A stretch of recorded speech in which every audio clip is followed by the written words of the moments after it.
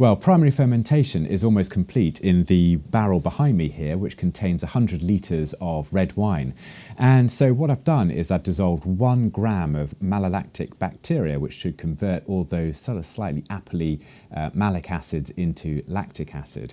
And that should take, in this temperature, round about, well, anything up to about a month or so. 15 degrees is probably the minimum temperature that we're looking for. Anything under that, it starts to go dormant. So I'm just going to give the wine a plunge and then mix this in with it. I'll take you on the journey with me. Now this wine has been fermenting away, and every day, at least twice a day actually, I've had to plunge the crust or the wine skins back down into itself just to give it a really good mix. It smells delicious, but with all the bubbles from the fermentation being created, it does mean that all the skins and pips and what have you just rise to the surface, and these need to be pushed down on a daily basis.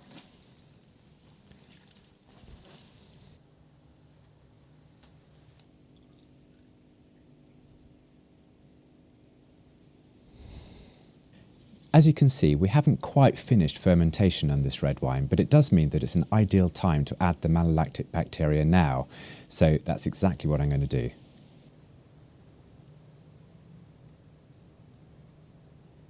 Now with that bacteria added, I now just mix it in totally with the rest of the wine, and then I'll just put a lid and an airlock back on the top and just leave it. Okay, so I've added the bacteria now, and all I'm going to do now is just to leave it really, just for the wine to finish off its primary fermentation. So I'm still going to be plunging it every day, and then the malolactic bacteria will still be in the wine doing its stuff. Now, after primary fermentation has taken place, I'm then going to press it and then store it in a new container where it will still contain the bacteria to continue doing its malolactic conversion. So that's basically how I'm going to approach it this year. Put in the comments if you do it in a different way. You may, for example, press it first and then add the bacteria. And I have actually done that on some other barrels here as well, just to sort of see if there's any difference at all. So we'll just have to sort of see come bottling time, you know, whether there's actually a big difference in taste. So yeah, fingers crossed we've done it about right. Well, behind me in the metal tank, I've got about 100 litres of Orion wine fermenting away. And this is actually in a variable lid or variable volume tank. So that I can put any amount of wine in there and just reduce the lid down so that I eliminate most of the air sitting above the wine before I ferment it. And that's exactly what I've done in here. Really, really handy tanks, to be honest. So that might be worth bearing in mind if you're looking at fermenting an unknown quantity of wine at the end of the season. But as far as malolactic fermentation is concerned, you can add bacteria to white wine. It's not always done, but you'll find that the Chardonnay variety quite often goes through a malolactic bacteria process. A lot of other white wines don't, and it really depends on what taste profile you're after. So if you're after sort of more appley, sharper, zesty type wines or white wines, then you probably wouldn't go through that secondary fermentation. Nearly all red wines do, however, because you don't want that taste profile in red wines. So it's a choice thing with white. It's totally up to you.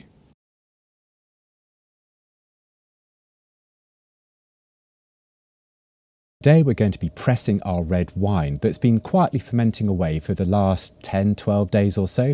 It's completed its primary fermentation, so now we're going to press it and put the resulting wine in clean, fresh barrels. Now, these ones here, I've got about 10 of these, and these are 120 litres each, so that will be plenty for us, to be honest, this year. So I'm going to get the Hydropress out, and I'm going to start pressing our red wine. So fingers crossed this goes okay. Right, as I'm sure you're aware, the red wine has been fermented with the skins on. That just imparts that lovely red flavour to the wine. And in the beginning, when fermentation is really going great guns, we've had to plunge the top of this skin, or the crust I suppose, back down into the wine using a plunger, and we've been doing that sort of 2 or 3 times a day. Certainly when fermentation was really bubbling away, then we were doing it more frequently, and as it's tailed off in the last couple of days, we've perhaps been doing it you know, perhaps once a day or thereabouts. But the hydrometer says that it's all finished and completed, so yeah, there's no better time to be getting on with this stage.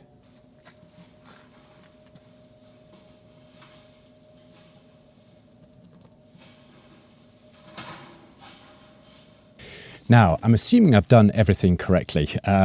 We shall see, won't we? But the most important thing, as far as I can see at this stage, is to make sure everything is as clean as possible. That includes the press, obviously, the buckets that I'm going to be using, the big blue barrel that I'm eventually going to put the wine into. And for that, how I've done that basically is I've used a chemical cleaner, really. Chemical cleaner and hot water, it seems to be the best way to get things clean. This one is made by a company, or the brand name is ChemiPro Oxy. I'll put the exact formula on the screen, but it's recommended for cleaning barrels and bottles and sterilising all sorts of things. So I've given everything a really good thorough clean. These are brand new buckets as well, so and brand new barrels for that matter, so they should be pretty clean. There's no smell in the, when you stick your nose in, and there's no smell in the big blue barrels either, so that's encouraging that I'm not getting any sort of volatiles coming off the plastic. So that's encouraging. So we'll just have to see how this goes. Anyway, I'm going to start decanting all the wine into the Hydropress. It should, in theory, just rush out through the sides here of the press, and it's only going to need a very light pressing right at the very end. Probably 1 bar of pressure, something like that, and then just loads of more juice will come out. But I don't want to overpress it. Somebody in the comments last year said that if I overpress up to, say, 3 bar, I start to get some of the undesirable taste coming through. So I'm going to do a very light pressing, but you should find that loads of wine just rushes out through the sides, but it will be filtered, which is good. So we're getting rid of all the pips and skins now, and yeah, this is finally hoping to get onto the stage where we can get on with that secondary fermentation, which I mentioned. Okay, let's do it. Look at all that, lovely. Okay, here goes.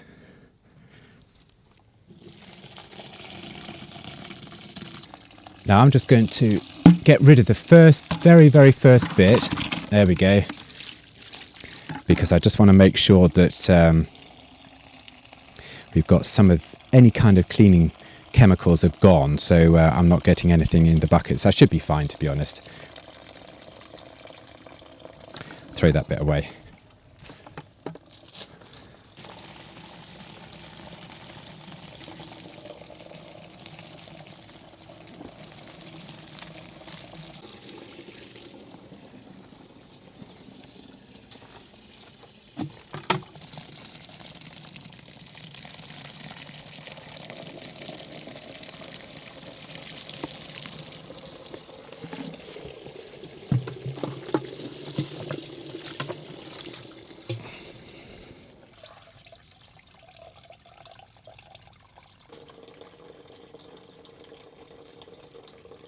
Well, we've filled the Hydropress up. We've not actually done any pressing yet, and we've probably got about 80 litres of wine from that big barrel. And so I'm just going to press it now and just see how much extra wine we get from everything in the press here.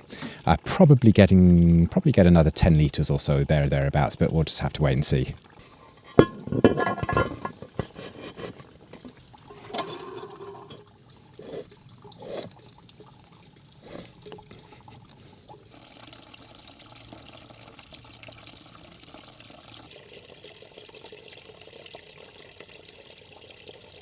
Now all that wine is just oozing out of all the grape skins that were in the press here, and I'm not going to go above 2 bar, that's going to be my limit, but yeah, I've gone way over my 10 litre theory. It's probably getting up to probably about 20-25 extra litres of wine that we're just doing with a gentle pressing, and so yeah, I'm quite pleased with that really. I'm going to just check on the pressure and just make sure it's not getting too high.